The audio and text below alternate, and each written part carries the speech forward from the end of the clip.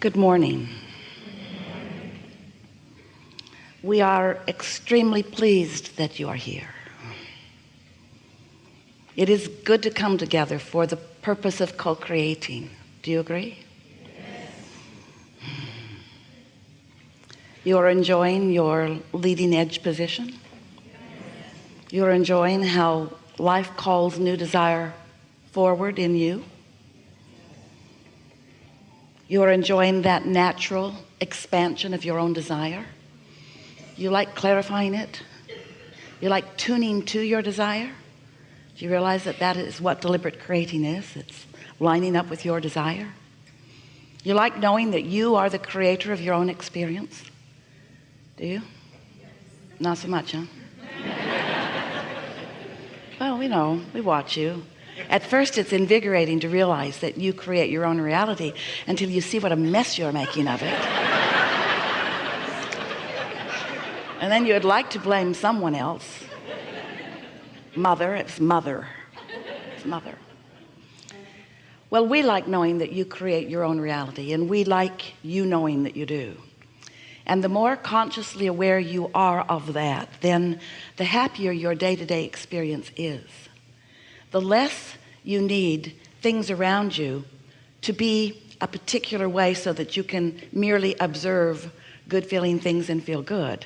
The less you do of that, then the more powerful you are, really, because the more ability you have to keep yourself steady anyway. So many people are living very conditional lives where their moods or attitudes follow their observation of things, and then they set out really fervently attempting the impossible, which is to control the conditions around them so that they can have some measure of control about how they feel. But it doesn't work that way. It doesn't work out well for them. And we want you to not be among those conditional observers of life. We want you to let your observation please you, because it's from that observation that you come to your own conclusion of your own preferences. But once those preferences have hatched within you, once you begin to have ideas of what you want, then it's a matter of deliciously focusing and feeling yourself aligning with your desire while you feel law of attraction responding to your focus and the momentum of your desire building within you even before it manifests. If you could get hooked on that, we're calling it that sweet spot, that feeling of your desire in the process of becoming, even before it's had that last bump into manifestation.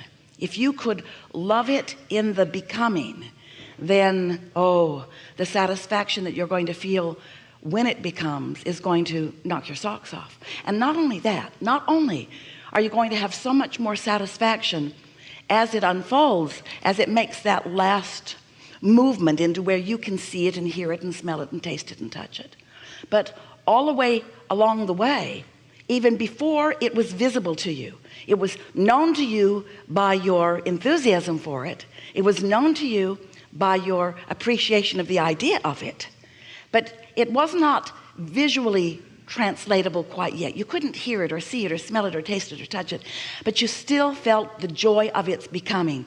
That is our desire for you, because you are, we all are, but we're talking to you. You are always going to be in a state of on your way to the manifestation of something more. And if you have developed a habit of being unhappy till you get there, then not only do you make your life miserable as you're always yearning for something not yet achieved, but you slow it way down. And then you have to develop qualities. You're not very good at this either, such as patience and endurance. We don't want you to be patient. We want you to be joyously romping full force toward the things that you want, because the cooperative components of the universe are doing that on your behalf. So there are some questions that you must have about why you would hold yourself in vibrational discord to a natural and swift unfolding of your desires. And we can speak it to you simply by just saying you offer opposing thoughts about your desires. And those opposing thoughts that you offer about your desires, you might call them beliefs. I want this, but I just don't believe it. And usually the reason you don't believe it is because you haven't witnessed yourself experiencing it before. And so the belief that you hold is laced in so much opposition to your desire that the term for that state of consciousness has to be doubt. I want this, but I doubt it. Well, when you want something and doubt it, you hold yourself in a very uncomfortable tension. And of course, you're not wanting it and doubting it in the same moment, because you can't hold that convoluted of a thought till it manifests and you observe it, because you're thinking one thought at a time, really. So when you are thinking of something that you desire, the question is, how does it feel when you're thinking the thought? And the way it feels is your clue about whether this is a desire thought or whether this is a doubt thought. So recently we have begun offering an analogy that when life helps you to know that you want something, it's like you put an engine on you, the train. You're a train, you're on a nice flat surface.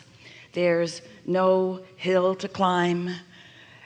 It's just a nice flat surface. And when you manifest, now you're going to think that's an odd word, but it isn't. When you manifest a desire, when a thought comes into your mind and you're thinking, I really would like that, that's like plunking a powerful engine on your train going that way. But if the next thought that follows is, but I don't think I can do that, then you plunk an equally powerful engine on the other end of your train going in the opposite direction, so you don't gather any momentum. You don't gather any enthusiasm. Where if you said, I think I would like to have this, and the reason that it is attractive to me is because, and I get the idea that I would enjoy it for this reason and this reason and this reason. Now another engine, another engine, another engine, more momentum, more momentum, more momentum. And you are becoming, because of your not contradicted broadcast, which law of attraction is responding to, you are becoming more powerful. Your point of attraction is more powerful when you don't contradict it. When you say, I want it, but you don't gain any momentum, there's no power, your point of attraction doesn't improve, you just, as far as you are concerned, stand still. Now, nothing is ever really standing still. What's happening is there is force going this way and force going this way, so there's a lot going on. You're just not going anywhere because you are contradicting your own thoughts. Now, you don't have to do that, and the reason that you do that is because you're addicted to manifestations. We would like to help you change your addiction to mood or attitude or the way you feel. We would like you to be more aware and more in desire of feeling momentum than seeing the results of what momentum accomplishes, just for a little while. If you could just skip the, I want this to manifest, I want to see it in my driveway, I want this to manifest, I want to move into it right now. If you could just hold off on needing the manifestation to be happening right now in that full manifested awareness, if you could just enjoy your journey to it. Now, we've talked about this, so many have talked about how the joy is in the journey, but today it is our desire that you really get that you really come to know that you are an extension of source energy, and that source energy is flowing to you and through you at all times. And when you are allowing it, you are at your optimum feeling of happiness. And you came here not to get stuff done. You came here for happiness. But we don't know any of you who can be here and not have life show you things that you want. In other words, you don't feel happiness if you don't have an engine of desire calling life force through you. So it's nice the way it's set up, because you can't be here and not have that happen. You could not, none of you can, no one ever could. You cannot turn your desire factor off.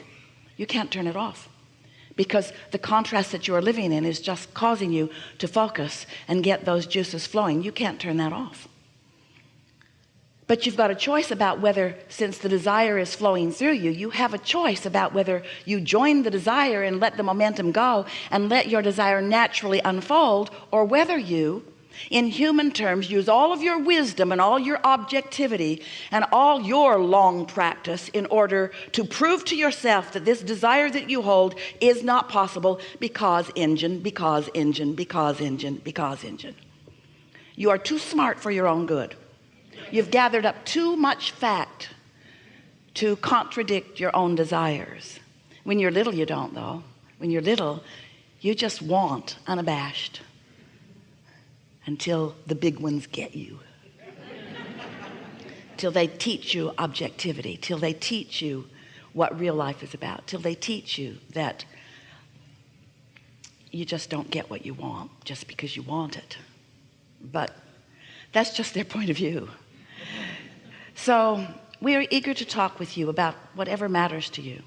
There's nothing off limits here, and there is no order of business in the sense that it must be a particular way. It's going to be a natural, organic, collective consciousness unfolding. It is our absolute knowing that together we are going to take thought beyond what it has ever been before, which is thrilling to us and to many of you. It is also our knowing that during the course of this time that we are together, that some of, in some cases much of, the resistance that you've been practicing without even knowing you were doing it is going to begin to subside, and your natural momentum toward who you really are and what you really want will come about. Since you've been here in this physical body, you've been exploring and coming to many conclusions about what you want, and you've been launching these projections. We've been calling them rockets of desire, but you've been transmitting this vibration, not even spoken, a transmission of desire that is more refined even than words can sometimes articulate it.